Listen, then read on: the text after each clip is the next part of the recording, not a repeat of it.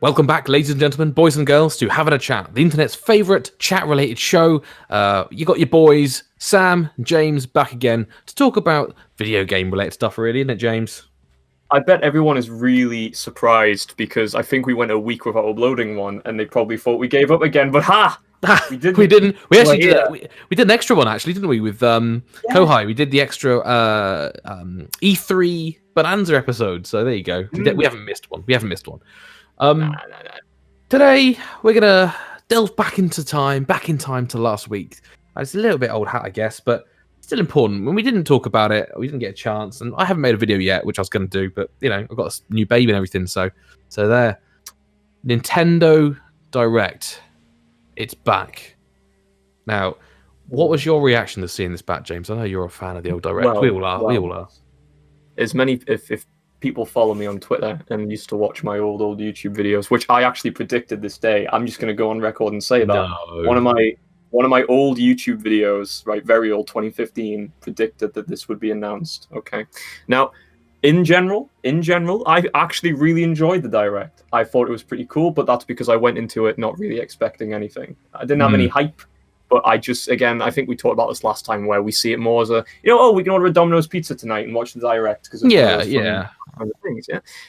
Well, I am going to be called a hypocrite for this, but I am going to be buying a phone. Are you serious? Sorry about that. I'm very unprofessional. My watch, your phone. It's the phone warning me not to say this on air because I'd be branded a hypocrite. I am going to be buying a Nintendo Switch Lite after the Direct. Yeah, I know. But mostly because I think the games that were shown all looked pretty damn good. And Stubbs the Zombie, which was my childhood favorite, which I predicted back in 2015, just saying that. You predicted Remake 2015. It's a pretty safe bet. They might remake this game that has got a cult following one day. But it's not a remake. Even I said it wouldn't be remade. I said it would just end up as a port. And it's coming to the Switch. Like, this game that barely anyone knows about, which I've rattled on for years, is finally coming to the Switch. And also other consoles. So I'm really surprised by that. But the rest of the Direct, I thought was pretty fun. We got Splatoon 3, which I enjoyed Splatoon 2, but unfortunately it's too expensive. Fan, aren't you, as well? You're a big Splatooner. I love Splatooner, whatever they're called. Splatooner, yeah. That sounds like a sexual transmitted disease, but... yeah. No, I love Splatoon, but at the time, when I bought the game, I didn't have a lot of money and had to trade it in eventually when Nintendo Online came out, because I couldn't afford Nintendo Online to play Splatoon. So I was like, oh, well... Easy £40, but still a pretty big decision, a controversial decision, that wasn't it, to put it all online. And again, I was expecting a little bit more, and I'll go into what I thought about the Direct as well. But there was nothing about Nintendo Online again. There was no new announcements about potentially something exciting, like giving you a bit more. I mean, again, it's cheap. Let's be honest and fair. It's a cheap service, but for the quality of the online play on games like Smash Brothers, and like you said the other day to me about Splatoon, you're paying for pretty much the same quality of level of service that you were getting when it was free. And the Nintendo SNES games and NES games just don't cut it, do they, in terms of value back? And we're all sick to death of Ice Climbers and bloody Super Mario World. We want to go back into Majora's Mask or Super Mario 64 again. Yeah, again, even just re-released as a premium product this time. But you know what I'm saying? There was nothing about that. But there's already 3DS ports of Majora's Mask and Ocarina of Time, which are HD and still bloody good looking. I don't know why they don't just. Well, yeah, I'd love them to come along, and again, we can talk a bit about the Zelda announcements in a second, because I think it kind of falls under that. So there wasn't any announcements about anything like new services or any exciting stuff about Nintendo Online. But like I say, Splatoon 3, as a Splatoon fan, I'm sure you leapt out your chair, enjoy to see the Eiffel Tower like upside down or whatever is in the trailer. I'm not going to lie, it freaked me out seeing that. I mean, I don't really know the story of Splatoon too well, because I only just hopped on multiplayer and I didn't play the first, but it is a bit weird seeing an actual human... It is set, isn't it, in the post-apocalyptic, like, the real world. It's a bit strange. Oh God, is it? Splatoon, yeah. Again, you'll hear the tip-tap of my keyboard, but... post-apocalyptic. I thought it was just the happy world with squids and shit. Yeah, no, apparently it's not. That's why the Eiffel Tower's like in it. I mean, again, this is literally just the first Google result, and it's from Pinterest for Christ's sake. But it says here it takes place. It takes place 120,000 years after humans were extinct due to rising water levels. After this, Inklings and Octarians involved. So this information was revealed by the sunken scrolls, which are hidden in each level of the single-player campaign. So there you go. Jeez. So that's why you've got the Eiffel Tower there. I don't know how I feel about it. I was just playing Splatoon because it was my happy game, and now I'm going to think about is the extinction of the human race. It's pretty much Fallout 4. So don't get me started on Fallout 4. But there we go. So I mean, I'm glad you're excited. I mean, to be honest with you, I think I had not the opposite. I'm not one of those people online going, Nintendo should have announced what I wanted, which was the fan game where all the characters are in it and they're on a big adventure together, and then Goku comes in, and then I'm not one of those. But I will say that I felt as though, considering they've had a year without a Nintendo Direct pretty much, and no big announcements, they were kept uploading little trailers, but there wasn't. I think they're holding stuff back, basically. I think, there's a Zelda, there's some cool stuff, like Zelda Skyward Sword, not the best Zelda, but still is kind of cool to see. We've got, I'm trying to think what else there was. I mean, a lot of it to me wasn't the kind of games or content I'm interested in. The JRPGs, there were a lot of them. The Smash reveal, again, couldn't really care less. Who was the Smash person again? It was the anime. Mithra. Yeah, the anime sort of fighter. Yeah. I just thought you're a weeaboo, aren't you? You're a weeb? I thought. I wasn't ex-weeaboo. I don't watch anime anymore. Actually, I grew to despise anime as I grew older. Well, there we go. Yeah, I like my JRPGs though, and I definitely like my visual novels. So that Nintendo Direct was a treat when they announced the Detective Club games. Yeah, that looks pretty good. Like in terms of visually, yeah. I just felt, for me, there's just a lot of emphasis on that sort of stuff, and it's fair play. Obviously they're huge. It's a huge genre. Nintendo seemed to be focusing more and more on it as well. Actually, more of these kind of anime style games and JRPGs. I'm just trying to think what else was in there that I really like the look of. Again, I'm not a massive Splatoon player either, so I don't think there was much in this one for me. And I especially didn't care for DC Super Teens, whatever it was. My niece went crazy over that, so at least she's happy. But she went crazy over Animal Crossing because I watched it with her, and she was like, because she loves Animal Crossing, so seeing the Mario stuff was great. And I know, obviously, as adults, we don't care for that DC thing, but it's good that the Switch has it because now my niece has a game that she wants to play involving superheroes or whatever. Exactly, yeah. And the thing you've got to remember, we've got to remember is that, Nintendo is a company that's evolved with people as they've got older. It's nostalgic to a lot of people, various age range, and they're trying to appeal to a lot of people. But what was surprising was the fact that game specifically got quite a bit of spotlight on it. But it was like a good 5 minutes, wasn't it? 5 7 minutes on that game. Yeah, and it was weird. I was a bit like, surely in a Nintendo Direct, that the first one back in a long time, you'd have thought that would have been in one of those quick fire. These games are coming to Switch, montages. But no, it was a full gameplay breakdown. Yeah, it was like, you can upload photos and do stuff. I was like, oh, okay. Like I say, my niece was happy, but I was like, well, this is pretty shit. Actually, let's talk about Zelda and about ports. Skyward Sword's coming. Right, yeah. Okay, let's get this out of the way first, right? So I didn't buy Skyward Sword for a long time because you had to get it with the Wii Motion Plus, and because of that, it was actually quite pricey, from what I remember at the beginning. And eventually, I got it like years later and played it on the Wii. Through the Wii U, and I was just playing it going, this isn't a Zelda. It doesn't feel like a Zelda game. It felt very linear. The enemy placements felt weird. Like the environments felt kind of weirdly constructed. Like it kind of feels empty, but with random stuff at the same time. I don't know. I just didn't like it overall. I had fun with it. I finished it. I got to the final boss, and I was like, I can't bother. But I got to the end.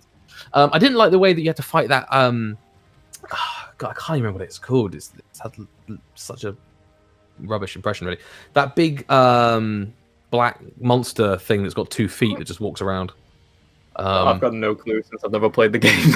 Oh, I see what you mean. Right, well, you beat it about 4 or 5 times, the same boss, and all it basically you just like climb up this spiral kind of hillside and just jump on its head a few times each time. And you have to do this about 3 or 4 times, and basically there's not a big open world. You select levels off a map. Yeah, exactly. It's really, really odd, and they tried to say, oh, it's a bit like Wind Waker because you've got the sky, and this time you're going around on a bird instead of a boat, and you go to these little islands, kind of like you do in Wind Waker, but there's nothing on these islands. There's no substance to anything. It's and it's why it's such a controversial game, I think, because it just ruins a lot of things that people like about Zelda. So, am I willing to give it another go? Not for 60 quid. I just came down to the idea that because a lot of people either love it or hate it. I mean, my mate sent me a message saying, yes, Skyward Sword was my favorite, but obviously when he played it, he was a young kid. And from what you've just described, it sounds like a Zelda game for young children. It's linear, it's not too difficult, but it has its moments. Yeah, that's fair enough. So that is a fair comment. Yeah, I don't know. Maybe if people who were a bit older, I mean, it sounds like you would have enjoyed Twilight Princess more than Skyward Sword, because Twilight Princess feels like it's more aimed at like a teenage or younger audience at the time, while Skyward Sword, honestly, just from what you've described, that sounds like baby's first Zelda. So I'm not sure. Actually, it's a very good point though, because obviously the first Zelda game on the Wii was Twilight Princess, but that was a port from the GameCube. That was a port over. So I my first Zelda game was Ocarina of Time, and then obviously Majora's Mask, and then Wind Waker, and so forth, and then some on the Game Boy. So I kind of already knew the way Zelda games work, but actually I never thought about it like that before. Maybe they did simplify and streamline Skyward Sword because of the audience on the Wii was more casual, and so they thought, oh, let's streamline it, make it easier, make it a bit like simpler, get the motion controls in there, and then really kind of control what you're doing at each time, because basically at some points, like I say, you select the levels off a map. So you'll go to like the grass. You do the grass level, and then you go and do the fire level, because that's how kind of like they're structured. And then at some points it will take you back to the grass level to do a little bit something different. And I don't know, it's weird. It's a weird one. And maybe you're right. Maybe they simplified it down to try and appeal to a broader audience. But we've all played Breath of the Wild now, which is the complete opposite. Open world. You can go anywhere, use anything as a weapon, pretty much. But what I find, well, one, those games are going to be worth the same amount of money. You can go and buy Breath of the Wild or buy Skyward Sword. But one, you get a lot more bang for your buck. But two, I think it's going to be odd. Like you say, you never played Skyward Sword, but you've played Breath of the Wild. Is that right? Yes, I love Breath of the Wild. So if you go back from Breath of the Wild, that was your first big Zelda experience. You go, I love this game, love the open world nature of it. I'll absolutely love this. I can't wait for the next Zelda game. If you then were to buy Skyward Sword thinking, oh, I can't wait to dive in, I wonder what world they've created this time, and you're like, what the fuck's this? You're like, they shouldn't be charging full price. They shouldn't be, and they're gonna have to be quite careful, I think, because sure, a lot of people have played Skyward Sword, but there's a lot more people who haven't, I think, who are going to own a Switch at this point. And if you if you're a kid who loved Breath of the Wild and suddenly, oh yeah, Zelda game, Skyward Sword, these motion controls look cool, yeah, and you get it, you're going to be like, this is nothing. It's literally nothing like Breath of the Wild. So they might annoy a lot of people. Yeah.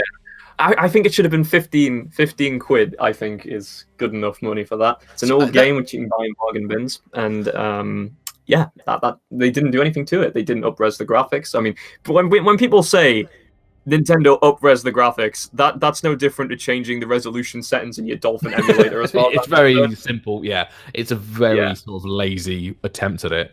It's like saying Mario 64 was remastered or like, done up on the Switch re-release. On that, I do really want to grab that because I didn't realize when I heard the whole 3D All-Stars collection, I must have been blind. I didn't realize Mario Galaxy was on that, and that's one of my childhood games. Oh, it's brilliant. Yeah. And also, you best get it quick because you can never buy it again after March 31st. I thought that was a joke. That's not No, it's not a meme. No, it's not a goof. It's a gaff. It's real. After that day, you can never play it again. You can't buy it again. No, you can get a physical one. You can get a physical one too. They just putting it out of print. Why would they do that? What's the point in that? Well, this is why it makes people wonder whether on March 31st or very soon after, there's going to be some kind of announcement or some kind of change to the way they do things. So obviously in this Direct, like we've talked about, there was no talk about any new Nintendo Online features. But it has people thinking, well, maybe they're going to be bringing some of these games to subscription only on Nintendo Online. So maybe there will be an N64 emulator on there. And so you will have Mario 64 on the service, the N64 online service, but you can only play it, obviously, if you're subscribed. And they're doing it with the old the first Fire Emblem game as well. They've released. You can only get that until March 31st. So you're paying to be the early accessor for their emulators. I mean, maybe. Who knows? There's no real good reason for it as far as anyone's concerned. It's just a bizarre... Because, I mean, at the most cynical level, it's a case of them just going, quick, this magical game is only going to be around for 6 months, basically, is what we've had. Buy now! And then, and then it literally is gone forever for purchase. Wow. Nintendo are assholes. Yeah, pretty much, yeah. So we'll have to see. But have you ever played, because he's the other remote as well, coming off the back of the Direct, have you ever played Wind Waker or Twilight Princess? Well, I've played Wind Waker a bit, because I bought a GameCube to play Wind Waker, and when I played it, I didn't enjoy it, to be honest. What? Right, let me explain myself, okay? I think it was at the time, I was playing it on a GameCube, it was being pushed through a really cheap AV upresser to HDMI, and it was stretching the image like mad, so I could barely see what was going on at the time, but I don't know, I expected a bit more from Wind Waker. Yeah, you got a boat? You got a boat, but I mean, you get a boat in other games, like Boat Simulator. You don't hear, people raving about... you got islands and you got bosses. You got health. Health bar. There was something. It didn't click with me the way I don't know. I feel like if I played as a child, I would have loved it. But because I played at the age I was, I didn't really connect with it. I had good music. You're wrong. You're wrong. That it is a good game, but I don't doubt it's a good game. It's just, for me, I mean, you have to remember, my first actual proper Zelda game was Breath of the Wild. Yes, true. So, yeah, because I played Twilight Princess at my cousin's house back when I was a kid, and it freaked me out. I played Majora's Mask at his house too, and that also freaked me out. But my actual first ever owned Zelda game... Actually, no, my first ever owned Zelda game was, what's it called? Zelda Warriors, the Muso title. Oh, yes. Yeah, on the 3DS. Warriors, I love that. And then I played Ocarina of Time on the 3DS, which I thought was fantastic. I didn't finish it because at the time I was currently at the back end of high school, so I didn't have any time to play. But it was brilliant, mate. Now that is a good Zelda title. Well, so here we go. Like, so basically, Wind Waker and Twilight Princess, it's rumored by pretty decent sources, news outlets, that a Wind Waker Twilight Princess double pack is going to be coming to the Switch. Basically, they don't want to announce it yet because they want Skyward Sword to like pre-sale and sell whatever else before they just cannibalize those sales by going, oh, by the way, here's the games you like, buy them. But I'm with you. So if we get those, I will play those again. Twilight Princess and Wind Waker, I'll happily play those again on the Switch. But also, you're absolutely right what you're saying earlier about the 3DS remakes, Majora's Mask and Ocarina of Time. Now, we have pretty much... you might have seen some posts on Twitter about the fact that the Switch is pretty much the ultimate Mario machine in terms of you can get pretty much every Mario game on it you could ever want to play. We need that with Zelda. We need those remakes of Ocarina of Time and Majora's Mask on the Switch. There's no reason why not, is there? Because we've seen upgrade. We've seen those games, the remakes, up-resed, everything else being played on emulators on PC. 3D, everyone kind of knows that 3DS games were really limited by the device you're playing them on. When you actually play them on a better screen, a bit of work done to the textures, or whatever else, they look amazing for what they are. There's no reason to not bring those to the Switch, surely. I mean, after this podcast, after this having a chat, I think I'm going to go charge up my 3DS and play some Ocarina of Time, actually. Like I say, I never finished it. But yeah, I've got it in my brain, that because I used to watch a lot of YouTube when I was younger, and I saw the original Ocarina of Time, what it looked like, and played it on N64 emulators, but didn't really get too far in it. And then seeing on the 3DS back then, I was like, whoa, Yeah. this looks mint. Like, it would look mint on the Switch. So, I mean, if they want to be cheeky, I think I'll let it slide if they slap a £40 price tag on that one. I'll let that one slide because it's up-res and it looks better. But this Skyward Sword malarkey, I mean, yeah, that should have been 40 maximum. There's no way they can justify the price they're charging for that. You're absolutely right. And if they are testing the waters for a double pack of Wind Waker and the other one, I've forgotten the name already. They're doing it the awful way. Yeah, you don't test the waters by putting a heavy priced product out. You test the waters by putting out a slim product, see if it sells, and then you can bump the price up later on because the consumers will buy it. Economics 101. I think it's odd that people when I was watching that direct, I was expecting them to also announce the Twilight Princess and Wind Waker double pack then, and I hadn't heard any rumors before that. I think everyone kind of assumes like you've ported literally everything else across, including Pikmin 3 and Super Mario 3D World, even Mario Bros. U, and I think they've kept the U in the title of that game, so like they're not ashamed of bringing everything across. So it's kind of like it's Zelda's anniversary this year. You're talking about Skyward Sword port. Surely the logical thing to do is also go, oh, and by the way, we're going to have these come out, a month, 2 months later or something. But no mention of them. So they're on their way. But we got to have Ocarina of Time and Majora's Mask unlocked away from the DS, the 3DS. They are perfect games, them two. I think I get a lot of slack for calling games perfect games, but in my mind, there's a perfect game for every genre. Like Silent Hill 2 is one of the best games ever made, I think. And if anyone wants to debate me on that, I will debate them for hours. But when it comes to Ocarina of Time, even as me, as someone who didn't play it as a kid, played it during high school when I was studying, and didn't have a lot of time to dedicate to it, there's something about everything down to the music. I mean, the title screen menu, that is stuck in my head, just how gorgeous that is. The graphics are fantastic. Even the N64 one, as much as I don't like that console, I still think it looks good. But the 3DS one's fantastic. And combat and story and everything with Ocarina of Time is perfect. There's no flaws I can pick in that game. I didn't play the completion, but I've seen it to completion. And it's like, yeah, it's one of those perfect games. But as we talked about before, Skyward Sword is not the perfect game. It feels like a more child-orientated game that locks out more... Very divisive. And you can see why. If you ever play it, if you do end up playing it, you'll see why. You definitely will see why. These games, these games are precious to people's memories. They want to be able to play them. Bring them to Switch. I'm having a quick look through now some of the other things that were announced, because actually, again, kind of forgettable. There was Fall Guys. Yeah, is anyone still playing that? I mean, I never played it anyway. I hopped on that for the first time like 2 weeks ago, and I forgot it was pretty fun with friends. But one, you have to be drunk, and two, you have to be with friends. Yeah. Very true, very true. And it's been around for a while, and I don't see it as prominently online anymore. So I'm guessing people are just there doing all right, but it's not the phenomenon it was. We got, obviously, you talked about the Famicom Detective Club, those two games that you're looking forward to. I mean, do you remember there was a game on DS where you had to solve it's kind of a similar thing. It was a very similar style game, kind of point and click, kind of, people would come up, you'd choose different dialogue options. What was it called on the DS? It was like right, so the game was called Another Code, Two Memories. You never played that? Hang on.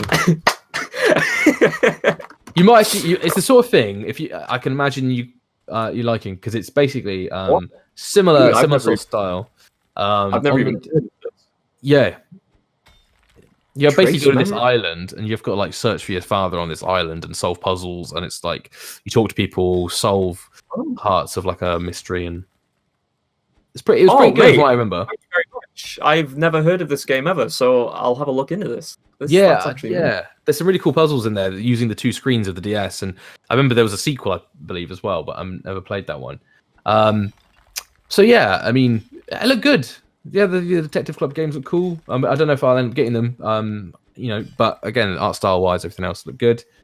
I think they're worth the try. I like reading a book at nighttime. Like for me, there's a game I really want to play called Kamaitachi no Yoru, which is about you're in a mansion, you get invited to a mansion, right? Then people start dying one by one, but it never got ported to the West, and there's no translation for it. So one of the main reasons I'm studying Japanese at uni is purely to play Kawaii Tachi no Yari.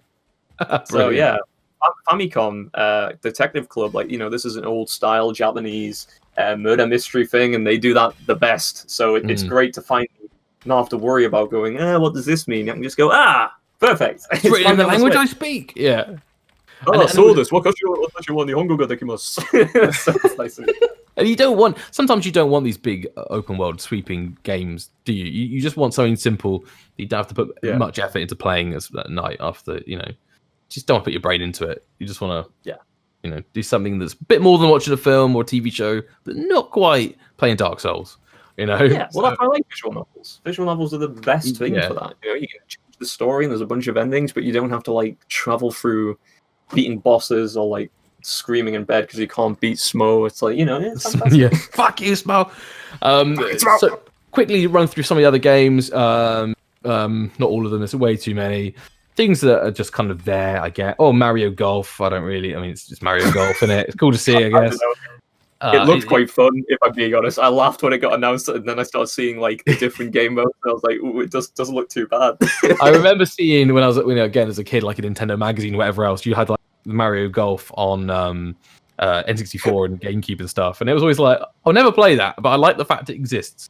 It's hey, fun Mario stuff. Just so fair play to Nintendo for carrying on the the Mario Golf journey. I think it's funny seeing Bowser and stuff in golf gear. We got, what else we got? We got Tales to the Borderlands. Not interested in Borderlands. Capcom Arcade Stadium. That was weird. That sounded like it was a thing of you download the Stadium, the Capcom game arcade, and then you have to then buy the game separately. It's what's the point in that? Don't sue me, Capcom, if I'm wrong on that, but that's what it sounded like. Just quickly have a look before Capcom hunt my ass down. I couldn't give a toss for that one. I was like, cool. No. I think I'm wrong with that one. I think I'm wrong. Anyway, so there's Capcom Arcade Stadium. Obviously, Stubbs the Zombie, which I recognise is on the Xbox originally, wasn't it? It was on the original Xbox. It was made on the Halo engine, and no one bought it because it came out at the end of the lifespan. And then Disney somehow got the rights to it. Really? And that's why everyone. Yeah, Disney owns Stubbs the Zombie until now, because I remember I was in Aspire's live stream asking, "Is there any chance we can get Stubbs back?" And this was in 2016, and they went, "Chances are no, it's not going to happen because Disney don't own the rights." So yeah, like I say, I was watching the Japanese version of the Nintendo Direct though, so I didn't even realize Stubbs got announced until I went and rewatched the English one, and then all of a sudden, boom! This fucking hand comes out the ground, and I was like, "Whoa!" So...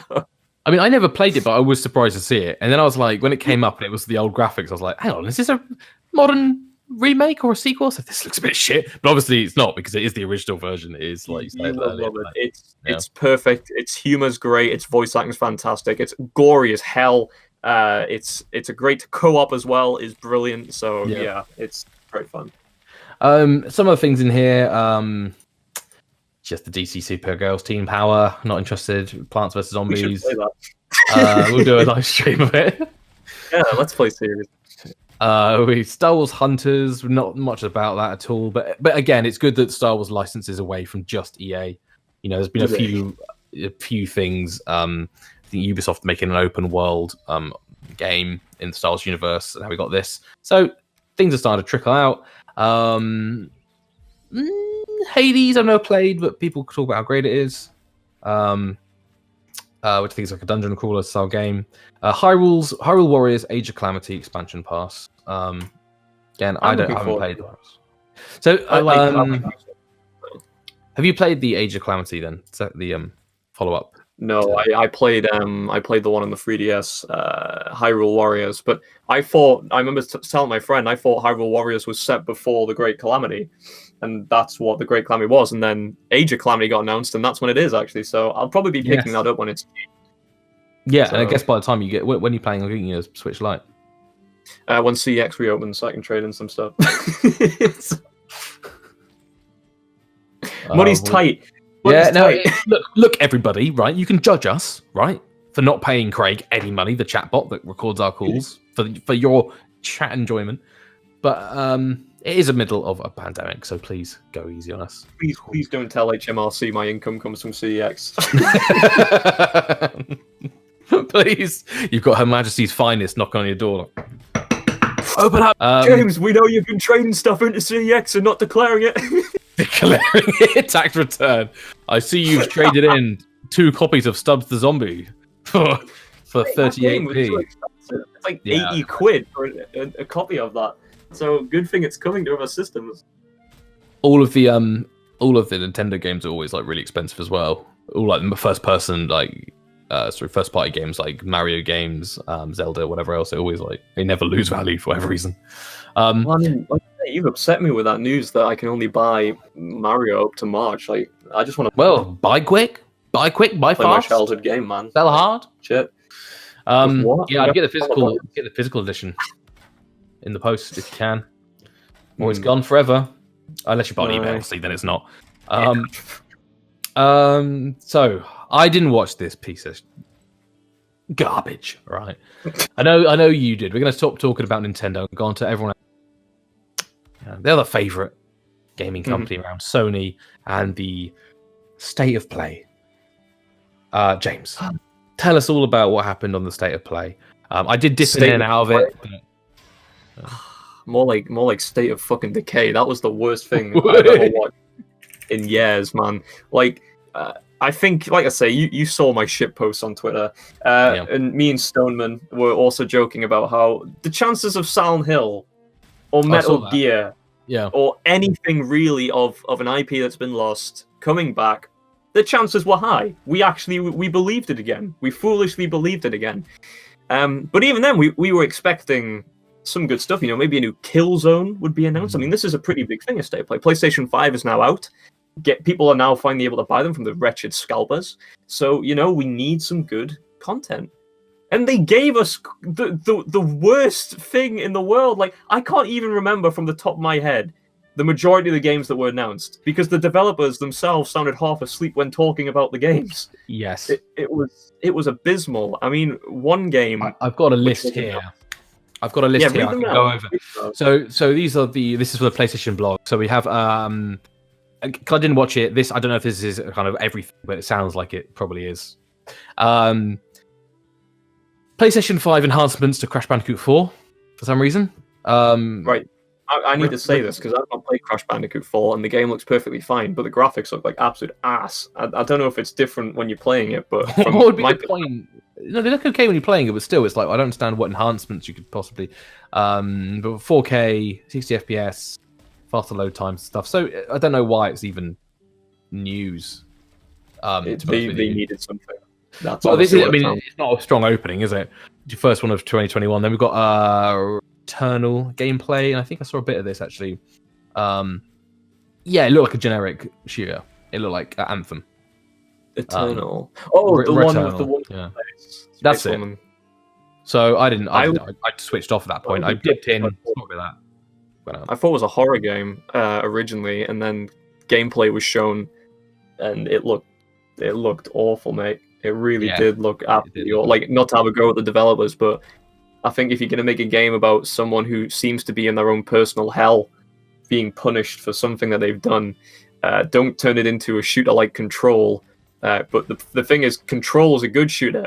That shooter, although Control's map is awful. It's one of the worst maps in games I've ever used. I got the game for free on Game Pass, and I got stuck because I was in the... I cleared out the first enemies, and then I was in the hub area, and then it said go to the intercom or something like that, and I had no clue what it was talking about. No, because there's no key indicators on the map where you're supposed to go, and if there are, they're like really hidden, and the map's like 3D, so it's hard to see when you've got the background of the way. It's awful. The actual, like I say, the gameplay itself's okay. It's probably my least favorite out of the games from Remedy I've played, including like Alan Wake and Quantum Break. But Control, the actual idea is great. Next one is Sifu, a kung fu game that I saw a tiny bit of, but I'd already kind of switched off by then. Knockout City. Oh god, I went back in for that one. That was weird because it had like a trailer of all these different kind of characters from different kind of gaming genres. Like there's a little princess platformer, and then there's like some brute whatever. And this trope has been used so many times in trailers. Sorry, dude, I'm getting a call. Give me. Sorry about this, mate. Bastard. I know. Fucking everyone wants me today. I told you don't. That's right. No, let's take it, mate. Just take it. I'm doing a group project, right? And only me and some other person have shown up to do the group project. The other 4 aren't pulling their fucking weight. That's always the way. That's right. You can have a quick leave your call, then we'll just carry on. I'll keep it recording.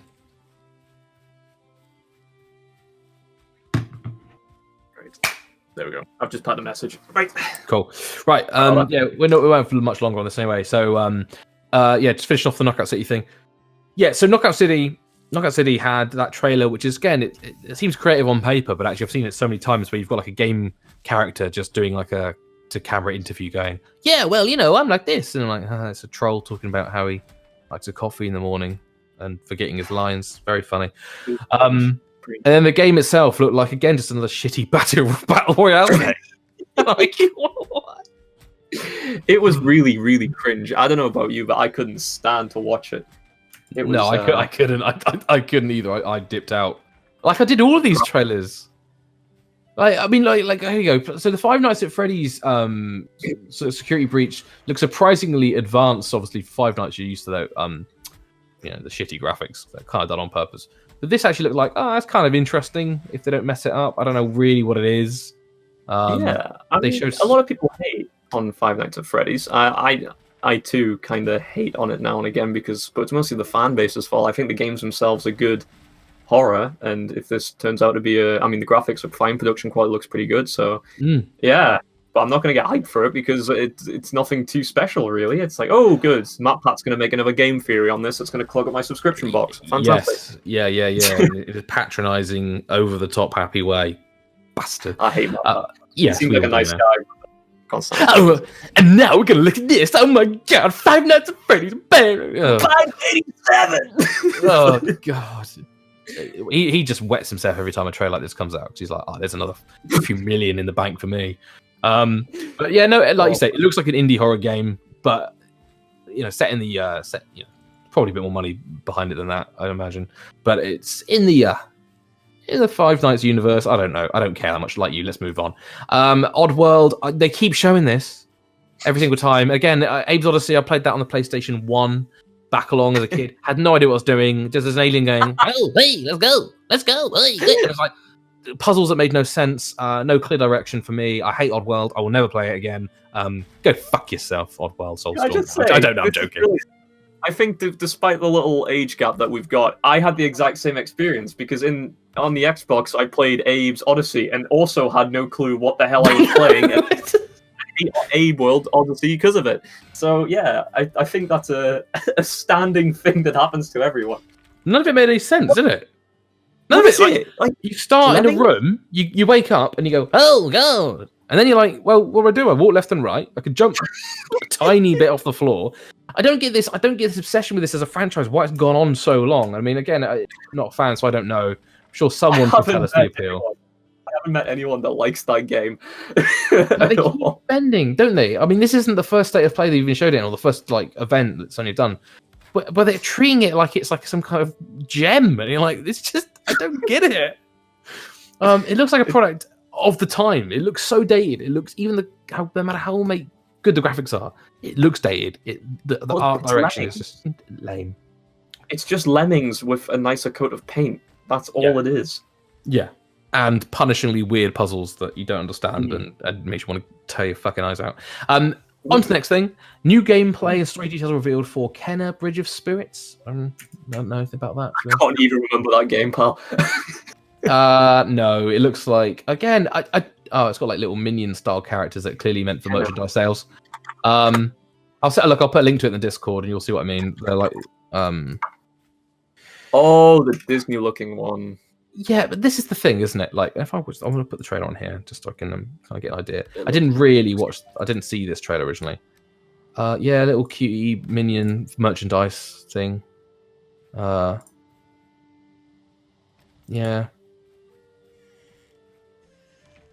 We're getting to this point, aren't we, where games are just starting to be so samey.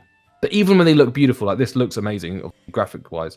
But there's so many Breath of the Wild things in here, or not even Breath of the Wild, but elements of games. You've got Horizon, Breath of the Wild, now this. They're all open world games with a bow and arrow with like mystical blue crystals that you shoot. It's actually annoying me because this is the thing like me and you would have dreamed about back in like 2006, that we've got the technology now to. I mean, Star Wars Battlefront, the originals, were pushing to have a map where you could fly into space battle up there, then fly back down and do combat on the ground. That's innovative. Yeah. This isn't. They all feel the same. Shit. This is the thing. It's like, again, we were, not trying to slag off PlayStation or anything, but these state of plays, I have not seen one that they've ever done that I've ever been impressed with anything they've shown that I've felt like, oh god, that's cool. It's always been like, yeah, okay. We expect to see Assassin's Creed or whatever. It's not like there's no surprises. Was it Deathloops? Yeah, Deathloop again. That was shown some kind of event last year or something. I think E3 year before that, where it's just like some funky trailer where the guy goes, I don't want to sound like I'm just slagging it off just because it's. I've got I like a PlayStation. I've got a PlayStation 4. I've got an Xbox. Got a Switch. Play games on all of them, but none of this stuff is exciting. And then obviously, last of all, we got the Final Fantasy remake, which is just like an upgrade again, isn't it? Just from PS4 to PS5. Is that right? With some DLC story, Yuffie, it's nothing special. Yeah. So, not interested. That was their big reveal at the end. I'm not really excited for anything right now. I mean, Destroy All Humans 2 got subtly announced, which was nice, but it was so subtle. As part of the state of play. No. Oh wait, no, it wasn't. No, it was just a trailer. It was a summer sale trailer, and then at the end, the Crypto 138 comes out and goes, "When's my turn?" And then Crypto 137. I'm just getting started. So we've got Destroy All Humans 2 on the way, which is nice. But I'm getting excited for a game I played when I was 6. Yeah. This is it. Yeah. It feels like it's just missing out on any of those big reveals of those, special kind of... Again, like, obviously when Crash Bandicoot came back, that was a big moment. But like you say, there's loads of Sony franchises that feel like they're just not there. Like Nintendo, they even if it's like Skyward Sword, which I say even... But it's still like a game that a lot of people are going to love. And also, I was just so expecting the screen to go black, right? And then just, I don't know, like a little piece of fog to roll in. And then just have Return to Silent Hill. And then that could have been it. But no, we didn't get anything. No, and then there's obviously rumors as well, like you say, that like one of the reasons you thought it might be is because of the rumors of 2 companies working on 2 different separate Silent Hill projects. And Dead by as well. I mean, Pyramid Head's in DVD now, so the franchise is still alive. Yeah. Somehow. Oh, we can only hope. We can only hope. Because I want to get into a new... Again, if Silent Hills was out, I'd have been playing that and loving it. Well, I just beat Silent Hill 2 again yesterday. So, it's... There we go. I'm looking forward to when it does come back. I'm looking for the rest... But yeah, state of play, state of decay. More like. Well, apart from that, I guess it was the Pokemon thing, Pokemon Partner Showcase, which is slightly different. Again, we'll quickly go over that. Before we go, new Pokemon games. I guess that are important from that. Pokemon Snap we already know about, but we've got the Pokemon Diamond and Pearl remakes and the Pokemon Legend of Arceus. Arceus. Yeah. Sorry. Oh, sorry, it's Arceus, isn't it? For fuck's sake. I don't really know much about Pokemon, so I can't comment on this, unfortunately. I would just I haven't played. I've played Sword and Shield, or played Sword. Kind of gave up. Got a bit bored of it. Legend of Arceus looks a bit better. It looks open world, a bit more like Promise. Graphics. Shield trash, because I remember a lot of people complaining about Sword. Yeah, it was a little bit. I mean, it was half. It was almost like they didn't want to commit fully to a proper open world game, so it was still very much like the old Game Boy game format. Still, I mean, even if they were like, but the gyms are football stadiums this time, they were still gyms. It was exactly the same format. I can't remember what they called the fields that you basically would walk around in full open world that were pretty much empty, had no item. Yeah, Dartmoor. It's Dartmoor. Dartmoor, isn't it? We're now going to Exmoor. Go and catch a Pikachu. Hello. What's all this then? Have you got a Pokemon catching license? Bobby Johnson. Sitting on a bench, are we? 3 years. 3 years in Poke Prison. Yeah, I don't know, man. I think it'll be good. It's interesting to see how those develop over time and see if they're Pokemon Diamond and Pearl remakes. Cool. People know kind of know what they're getting with that. The new Arceus fully open world game. Let's see. Let's see how that turns out. I think it'll be. I think it will probably be. I think we got gameplay of Arceus. Or yes. Arceus just been posted by title.